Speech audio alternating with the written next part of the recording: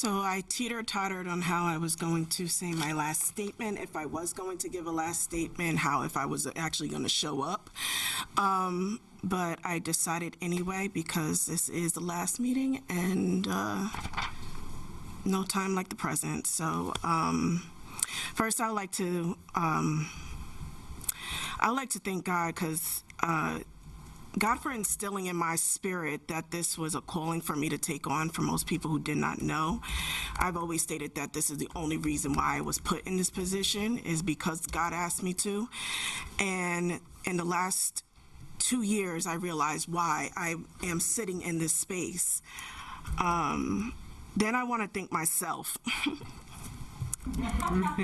Thank me for listening to that call. And taking this journey and sticking with it. And as I was joking with Manny and Lou earlier, I probably wanted to quit about 3 or 4 times, maybe 5. I'll leave because there's certain things that in my normal life I do not take. And I've endured a lot, but I'm very grateful for the journey. And third, I want to thank everyone who voted me into this space, who believed in my purpose to be here to create the change and show the compassion, as Randy stated, because I do show a lot of compassion, that the community needed. This position has had a lot of ups and downs, but it has allowed me to learn, it has allowed me to grow, and it has allowed me to grieve this community. And for that, I am very much grateful. Because my biggest lesson is that I needed to grieve this place. So for those who helped me grieve it, I thank you. Being in government is a learning curve. It's not just for you, but the community as well. I did not come in fully equipped with knowing how to handle government, but I learned a great deal from many people, from simple things like taking notes. And I learned that in the traffic committee, how to be a better note taker and what that looks like, to how to write policy. And that came from listening to Dan, listening to Jerry, listening to Augie, listening to the staff, and learning and growing with you guys. So I'm very grateful for the staff. There are some other things that, let me finish. I'll just continue reading because I'll go off tangent. I'm grateful to each person that I learned from, even if it was unintentional. Here, and I'm gonna list, I have about 10 points that I've, some positive and some negative things that I've learned. I learned that sometimes morality doesn't matter in government as long as it's legal. I found that the legality of things that can be twisted to fit the needs of people wielding the power. And this has manifested in many ways, not just the ones that people publicize. Power can be assumed by the people who have the majority votes. But real power is consumed by the systems that oppress and the people who uphold them. For the last year, I thought to myself, how is it that it is assumed that I created so much dysfunction and chaos in a community when no one who has ever looked like me held this position long enough to do such damage? This is number 2. Some people's existence is predicated on someone's downfall. And that is an example of how we see in, day out, not just in our community meetings, but in our community as a whole, and how we treat one another. Number 3, I learned exactly how slow and political government is. It is not just in this village, but as a whole. Your presence and advocacy can be persuaded by your next election cycle, if you so choose. But I learned how giving and supportive people can be in government to ensure that progress is being made.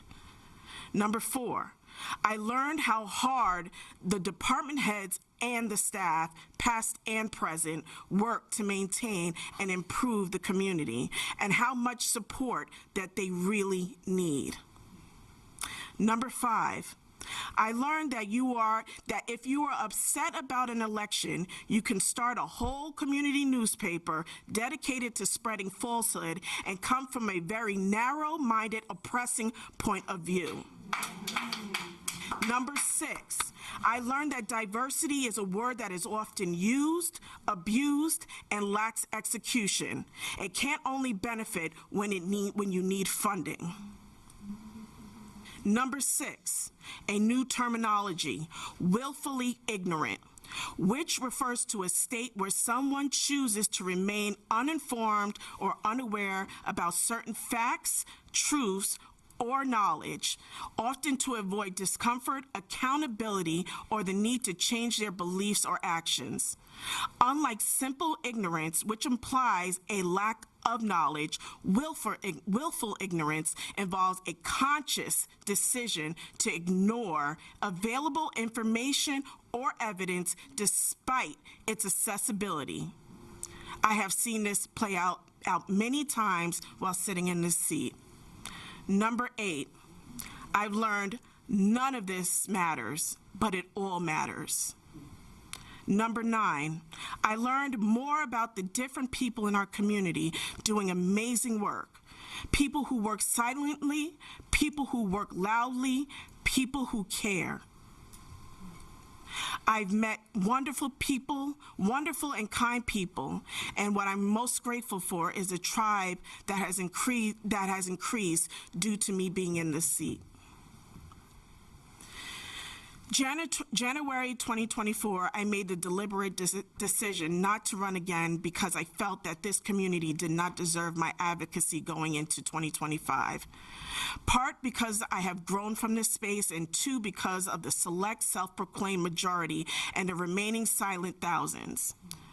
I have spent the majority of my life thus far advocating for people to be seen, and amid that advocacy, people have tried to tear me down because they did not like my advocacy or what I stood for. My good friend said it so wonderfully. You can't hear me because of my skin.